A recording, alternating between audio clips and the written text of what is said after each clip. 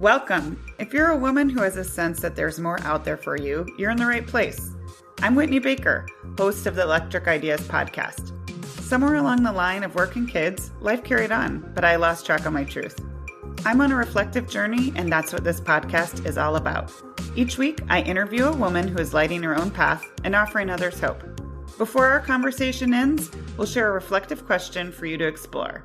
Sometimes all we need is a jolt, a fresh idea, an aha moment that connects us to a sense of possibility. This, my friends, is what I call an electric idea. Welcome back to Electric Ideas. Today's guest is Erica Hornthal. Erica is a licensed clinical professional counselor and board-certified dance movement therapist. She's CEO and founder of Chicago Dance Therapy. Ever since graduating with her degree in dance movement therapy and counseling, Erica has worked with thousands of patients from ages 3 to 107.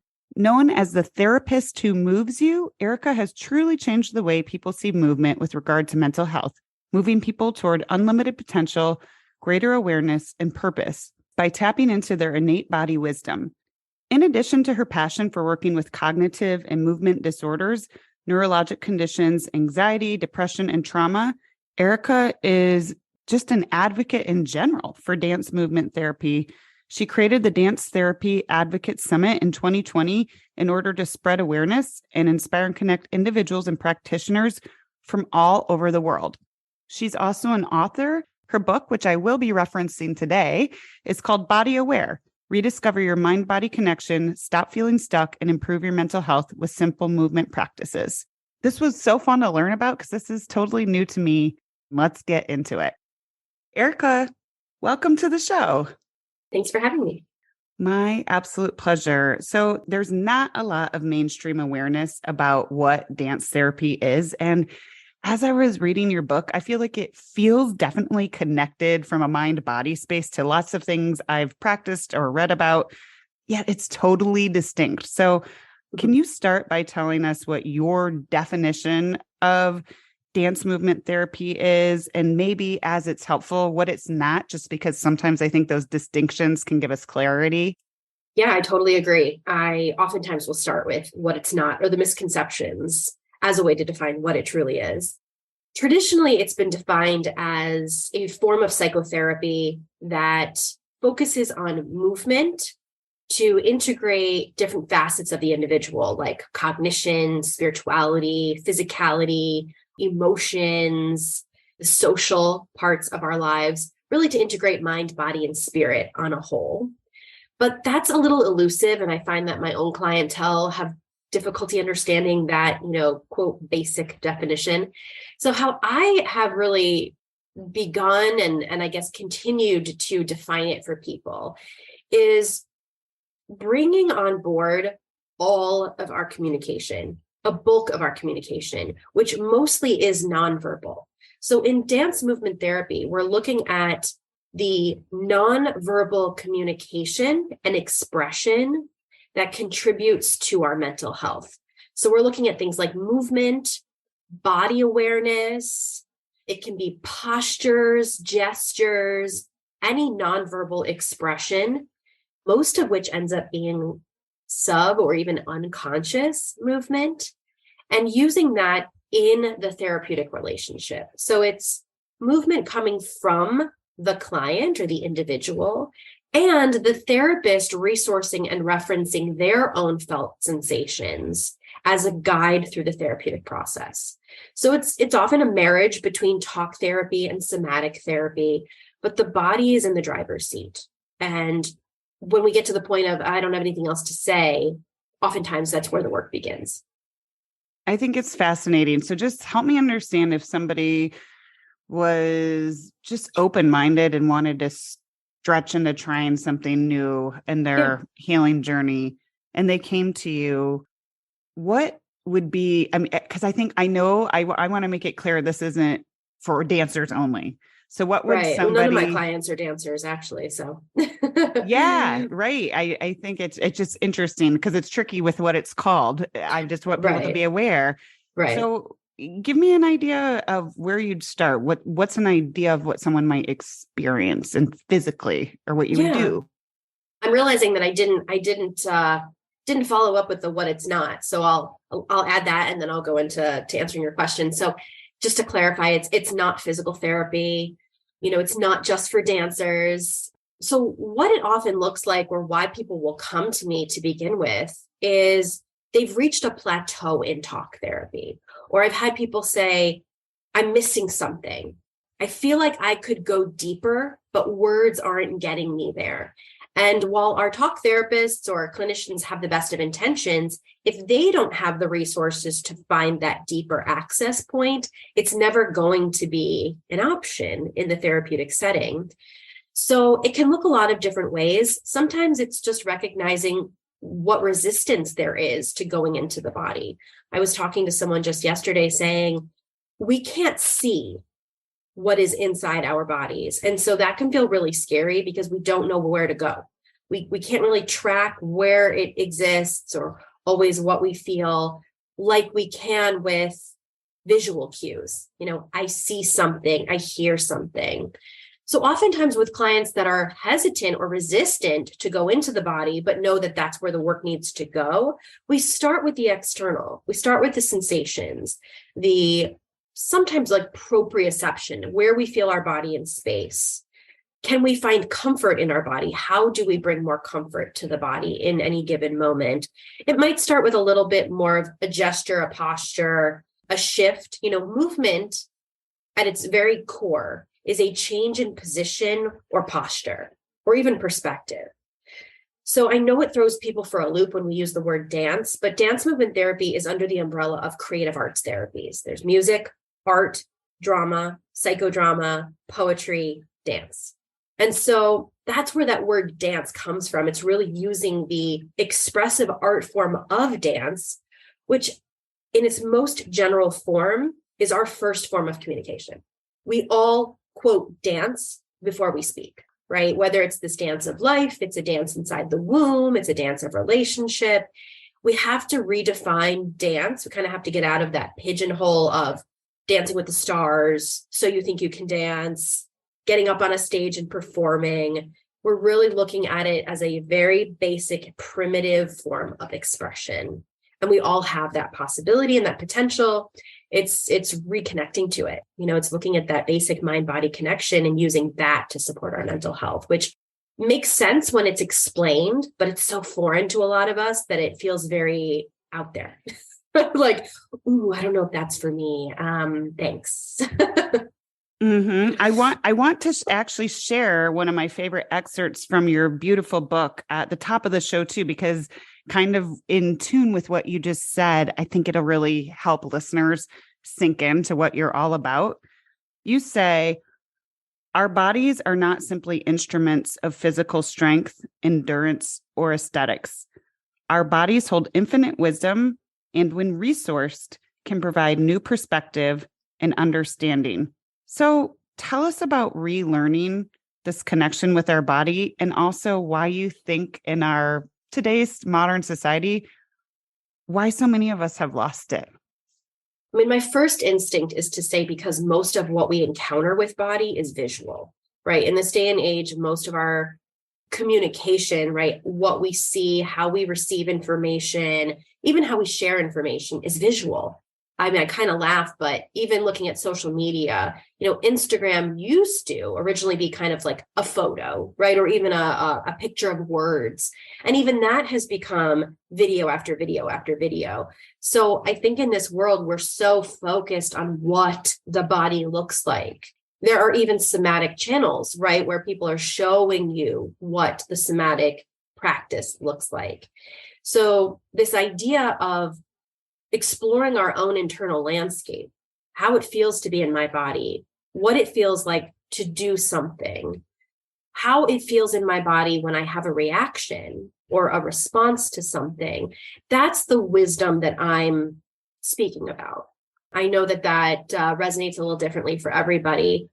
And we might not feel like we have this intuitive, like, oh, my body speaks to me. And that's okay. But the truth is, we're not even giving ourselves the time and space to listen to the body if it's saying something.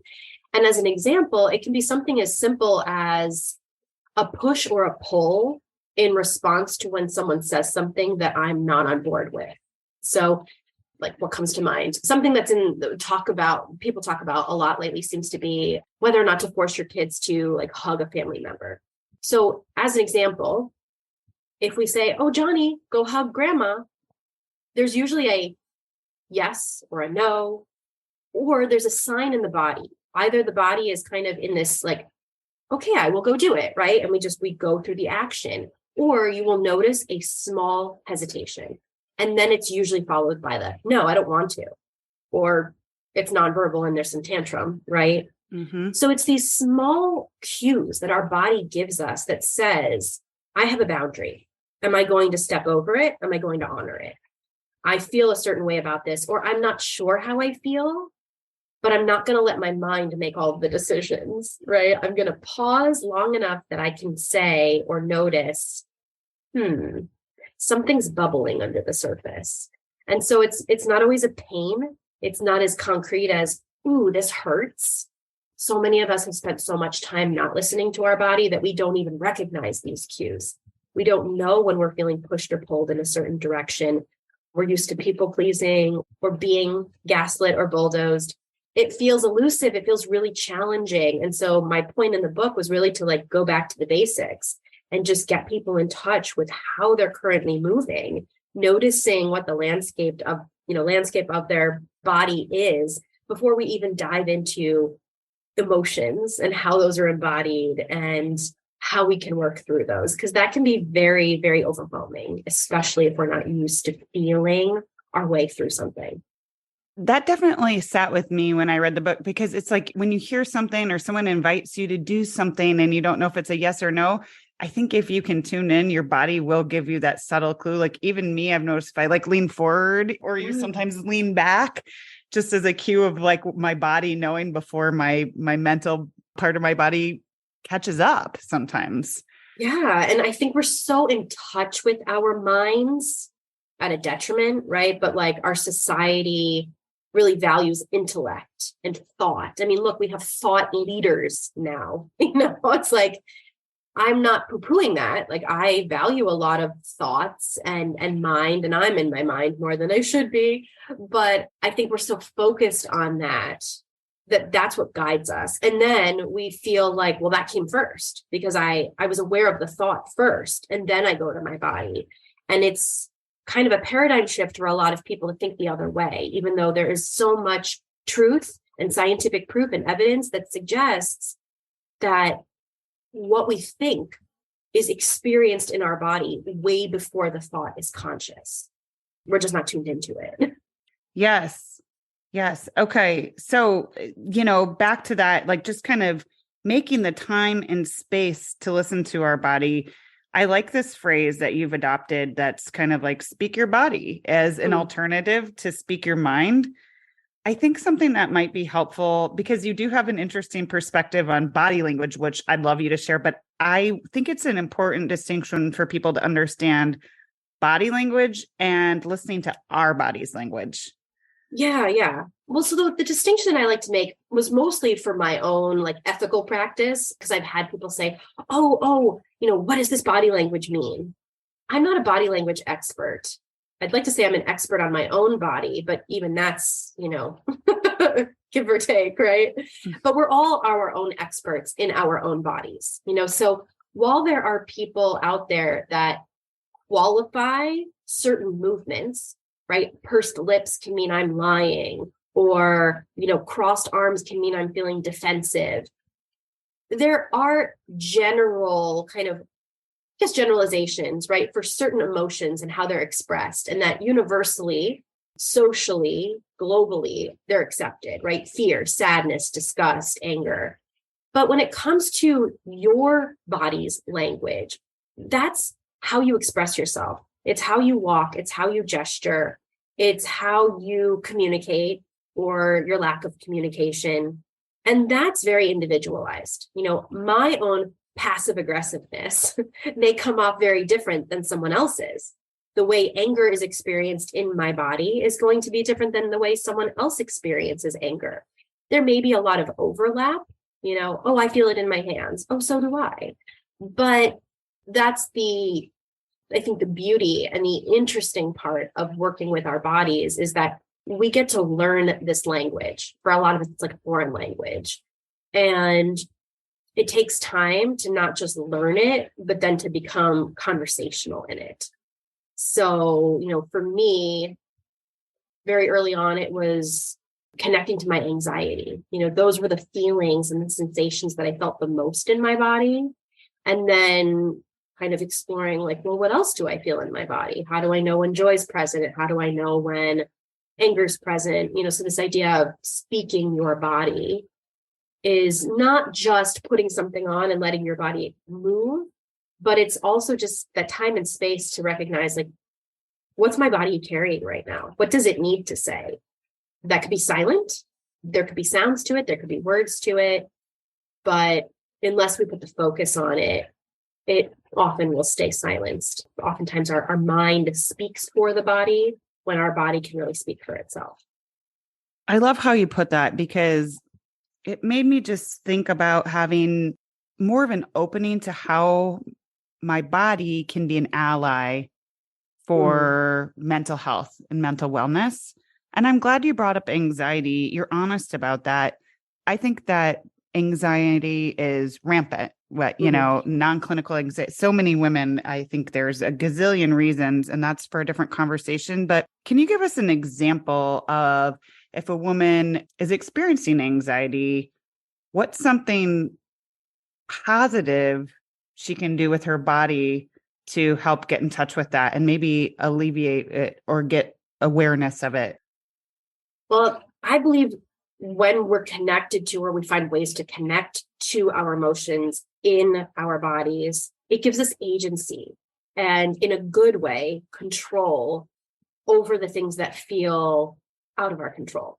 So for so many individuals, anxiety is normal. It actually is a normal experience. And the idea of getting rid of our anxiety is not really possible. It's having the ability to manage it, to notice it, to not let it overtake us completely, to work through it. And so anxiety, I love this as Dr. Russell Kennedy talks about it being an alarm in the body. And the idea of, if you're able to, or when you're able to, befriending it, noticing it, saying, hey, this is a sign. This is a signal my body is giving off because something is not sitting well. It's often in the mind, which scares us because we get these intrusive thoughts or overwhelming thoughts. And then we really feel out of control because we can't really control what thoughts come into our mind. We can control how we respond to them and what we do with them. So oftentimes going into the body, it's like the on-off switch. It becomes this gauge, this compass that allows me to have some agency over the anxiety that I feel.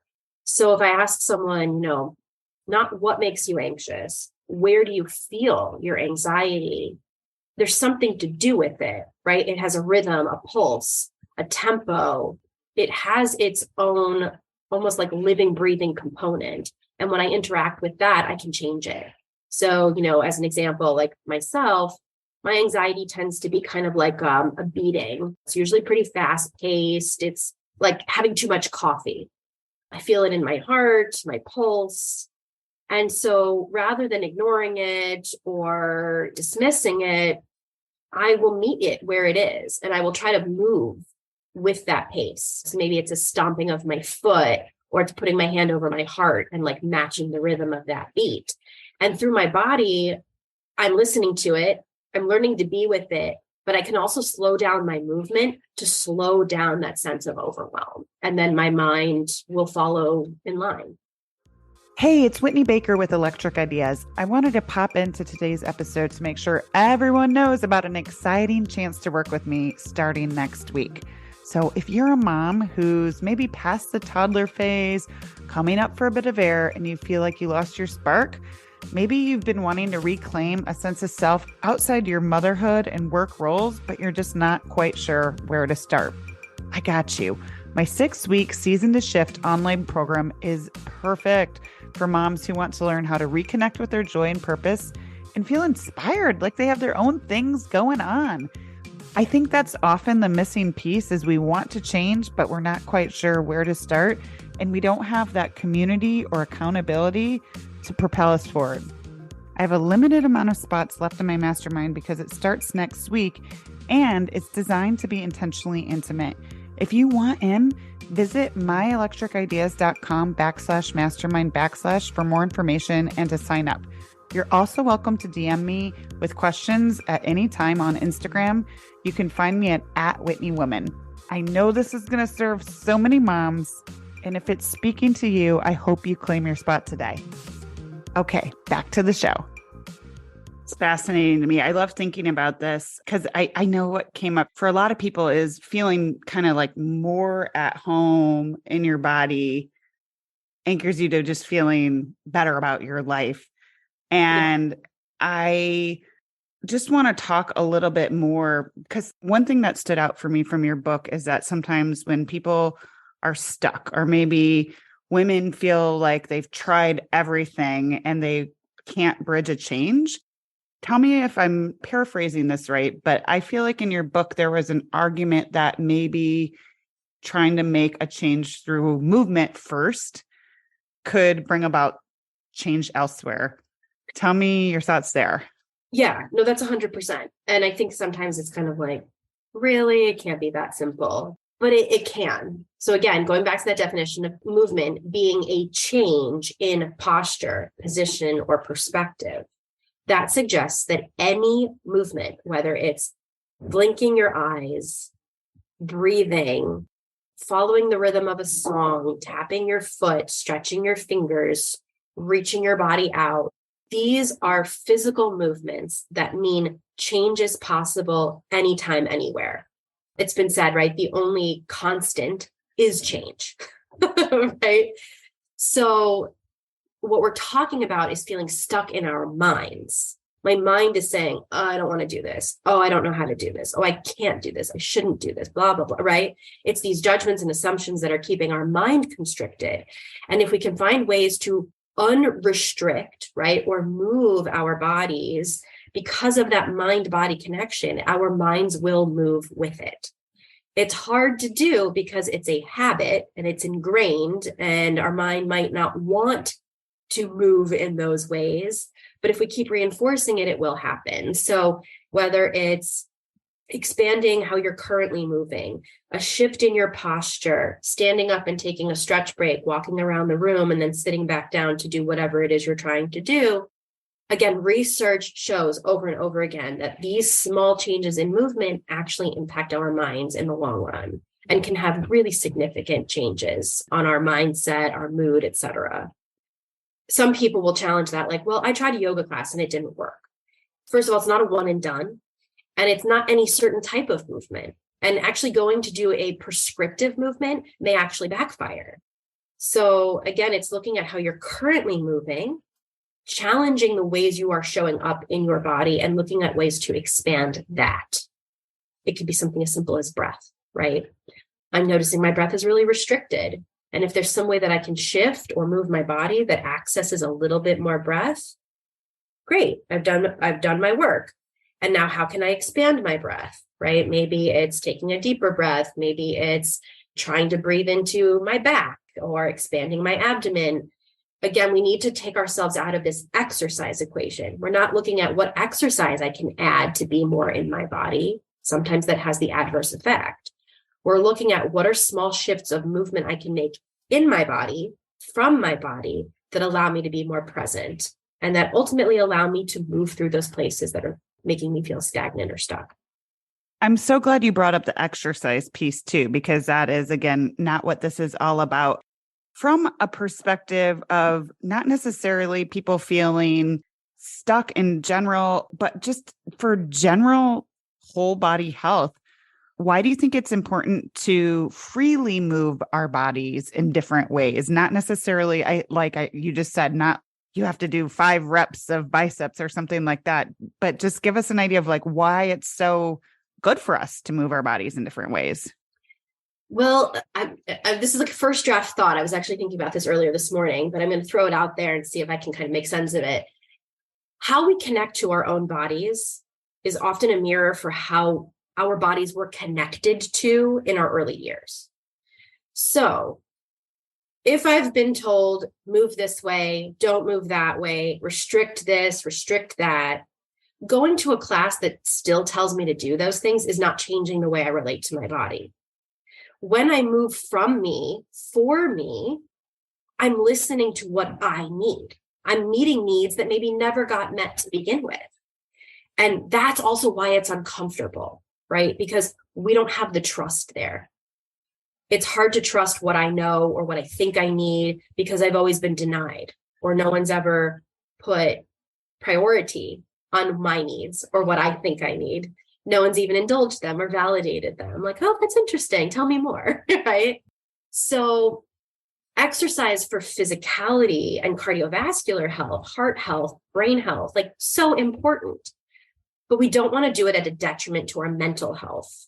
And so having this positive, whatever that means, connection to your own body and what it's trying to say or what it has to say is oftentimes this like first step into what sometimes people will call reparenting or expressing our inner child, where we're really meeting ourselves in needs that may have been unmet. And we get to meet those needs for ourselves. And that can be through a simple gesture, a twist of my torso, an expansion of my chest, recognizing my own heartbeat. Those are such small steps that maybe eventually lead us to that yoga class, right? Or get us to that high interval, training class. I hope that that's kind of first draft thought. I hope that's making sense to the audience. That made a lot of sense. I know people are going to connect with this, and now having this as kind of a background, it's no surprise you've been dubbed the therapist who moves you. Mm-hmm. And I mentioned in your bio, you work with patients from ages 3, am I right, to 107, which is quite a range. Yeah. So well, I should say that's been overall my career. It's not currently the work I'm doing. Okay, fair enough. But your work has spanned working with people, ages 3 to 107. Correct. I think that's unique. And so I'm curious, what's your wish for all bodies? Well, thank you for saying that, right? Because even as like clinicians, we think like, there's no way someone's working with that age range, right? We all have to have a niche or a specialty. I always like to add that in there because one, it's true. When I was an intern, I worked with a child as young as 3 inpatient for suicidal ideation. I've worked with, my oldest client was in a nursing home. On my first job, she was 107. So I like to point out the universality of movement and dance for mental health. And I think that coincides with this wish that it is my wish that everyone reaches whatever their potential is simply by looking at the way that they move, that we shouldn't be limiting what we want, how we feel, what we think, because we're stuck in patterns or habits of movement that don't serve us anymore. And we tend to see that more for little ones, right? Oh, there's so much potential. Oh, look, he's learning to cartwheel. And oh, look, he's, swimming. And we don't see that for the older adults, which is the area that I love to work in. It's where I've spent most of my career, and now mostly working with, I'd say 20 to 50 somethings, kind of working through the challenges that is life right now. But that through movement, change is always possible. Therefore, potential is always possible. We can always be achieving or reaching something. And so it's my wish that people see movement as potential. And there's always the ability to achieve something, change something simply by looking at the way that we move, regardless of our limitations, whether it's cognitive or physical. I was rooting for you. I found it very touching in your book when you, over the course of your career, you mentioned going into nursing homes and how eager staff was to race up to you before you kind of introduced yourself and argue for the limitations of the people you'd been working with. And I just found some of those examples of how you handled that really touching. Would you be comfortable sharing one or anything that comes to mind? Oh, yeah. Well, I'm like, one, gosh, there's so many examples. Like I lost count, right, of how many times that would happen, because there is this stigma, right, that our physicality declines as we age. And not to say that that's not true. Our bodies do change as we age. We don't live forever, right? Some people transcend that and their bodies You can look like a 20-year-old when you're, in your late 60s, but typically there is a decline. But the fact that the culture in most of our nursing facilities, especially, I can only speak for the United States, is that we don't move. They spend, not to throw anybody under the bus, but they spend lots of money to provide all of the technological benefits, right? Like big TV screens and built-in, speakers and music. Music's great, but only sitting in front of a TV screen entertaining older adults is not helping their cognition or their physical abilities. So it would always break me a little bit when I would come in. I barely introduced myself, if at all. And it was always like, these people are sleeping. This person can't move this. This person's out of their mind, et cetera, et cetera. And I was like, whoa, I don't want those judgments clouding my judgment. I don't want to come in and be controlled or contained as to what I want to do with these clients based off of what I've heard you think isn't possible. And so I would just kindly like, okay, thank you, right? Like kind of nod my head, and internally I'm like rolling my eyes like, oh God, not again. But one example, it's just over and over again, the example of coming in, doing exactly what I would do each time, meeting the clients where they are, inviting them into any movement possible, and just seeing the change happen. The client that I was told hasn't stood up or walked for months, all of a sudden has this need to stand up and partner dance with me. And I wouldn't have known any different, except that you look at the staff members and they're like jaw dropping to the floor. Mr. Smith hasn't done this in years. I didn't think it was possible. And it's like, well, that's the difference between structural and mental.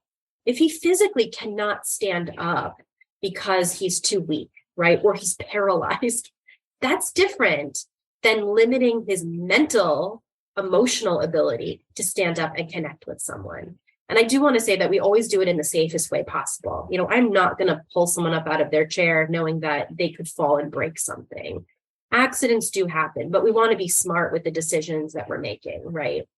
So I've definitely had times where you could see a client wanted to stand up and we're like, okay, let me come over and dance with you in your chair, right? And that makes them just as happy. But for the clients that stand up, like I remember one gentleman in particular, he's long passed, or long gone since this group. It came to the point where like he didn't have any cognitive short-term memory, or was, very limited. But when he saw me walk onto that milieu, he immediately started dancing. And it got to the point where he was kind of like dancing down the hallways. He was a pacer, but it turned from pacing with aggravation and anxiety to kind of like coasting and dancing down the hallways, interacting with the staff, dancing with his wife. That's different. That is, again, this potential, right, for a better quality of life, even if just for a few minutes in the day. And you do have some deep work. I know that was a focus. I don't think that's your, focus now, but I just think it's fascinating that you spent so much time doing deep work with dementia patients. Is there anything else that you want to add just about your wisdom or your learnings about the power of movement to kind of unlock cognitive ability, whether in dementia patients or in anybody? Yeah. Well, one, I will say it is still such a deep passion of mine to work with individuals, older adults in general, but particularly people with dementia or Alzheimer's.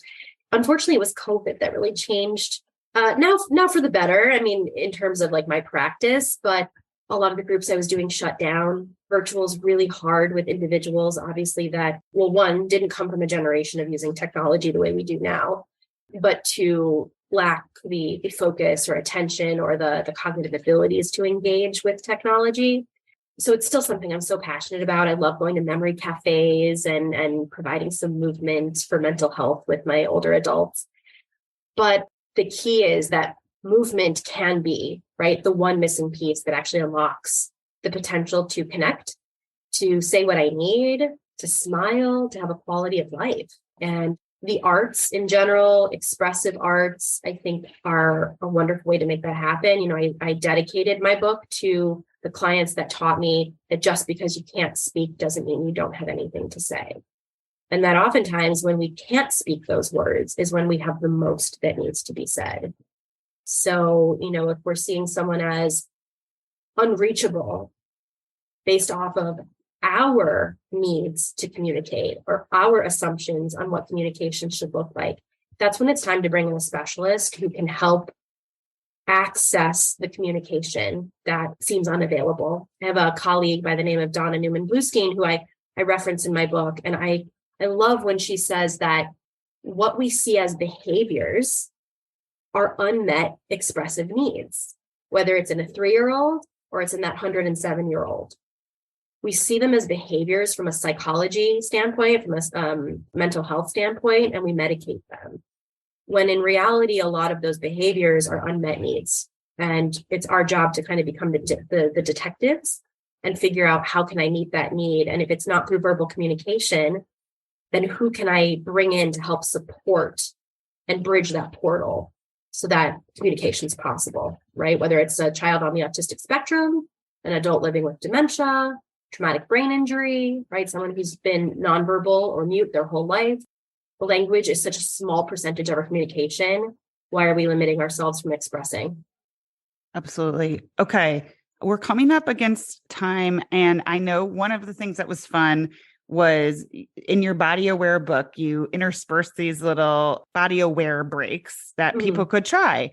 And we know anyone who's stayed with us through this awesome conversation knows that you're an advocate, and I am too, for, just letting movement be fun and moving our body in ways that maybe don't feel prescriptive or forced or shoulds or heavy. And I always make sure that my listenership can just have something that they can try on for size. And I was wondering if you could explain the paintbrush, because I was like, oh my gosh, it's silly, but I'm going to lock my door, or I'm going to try it with my kids. I just think it's fun. And so what is sorry if I'm not saying the right title, but I'm like, okay, the body paintbrush is what's coming to mind for me. No. Well, really, there isn't a correct title. Something I learned in graduate school, I've seen it, done in so many different somatic circles and with different practitioners. So it's certainly not something I created, but it's something that resonates so deeply for me. And I use it with my clients. So the idea is that I'll use it in these terms. So to imagine that the space in front of you is paint and your body is the canvas, right? And you want to get as much paint on your canvas as possible. And so this allows us to move into space in all of these weird, crazy, different, unusual ways than maybe we would normally move our body, right? But then we can also do the opposite. And once our body is, quote, covered in paint, we can use the space in front of us as a canvas, or the floor as this metaphorical canvas. And we can try to cover that space with as much paint as possible. So this is when you have your kids rolling on the ground, can you get your earlobe? What about behind your ear? What about the spaces in between your toes and your fingers? Ideally, not using our hands to paint our bodies. Some of these spaces are near impossible to actually get to, but it's the creativity, it's the imagination that we're going for, and the openness to create a more robust movement vocabulary, right? I start moving in a way that I'm like, oh my God, I didn't even know I could move this way. And if I have emotions stored in my body, the more I move different parts of my body, the greater access I have to these emotions. So not that we want to go that deep. We're just thinking of it as a fun exercise, but yeah, try it and see what it's like to paint your body, or again, to paint this metaphorical canvas. So fun. Thank you for sharing that. I always end my interviews in the same way, and that is, what's one question women should be asking themselves more? I'm going to go with how I start the book, actually, is how am I moving today? So maybe it's not specific to women. I think everybody should be asking themselves this question. But yeah, we need to be asking ourselves, how am I moving? Am I moving? How have I moved? Am I moving for me? Am I moving for someone else? And also be aware of the judgments that I place on movement, right? I moved well, I'm moving poorly. This body part's bad, this body part's good.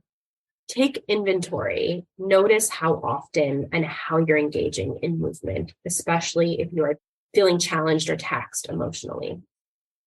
Dance movement therapy is new to me. I think it's fascinating. I really enjoyed learning from your book, and I know my audience will want more. So tell us where we can find you. Well, if anybody wants to connect, my website, ericahornthal.com, is probably the best way to reach me through email, or there's lots of different resources that I try to make available. Social media, I tend to be most active on Instagram. My handle is @thetherapistwhomovesyou. Yeah, I just kind of share little tidbits about mind-body connection and things that inspire me. So people are, free to message me there. And certainly if it's an international crowd, I welcome that. If it's local, just reach out to me and we could even meet in person. Wonderful. Erica, thank you so much for joining us today. Yeah, thanks for having me. Have a great day. I'm so glad you joined me today. If you're looking for more, feel free to connect with me on Instagram @WhitneyWoman. And if you enjoyed the show, I invite you to support me by leaving a review or sharing it with a friend. Hope you have an inspired day.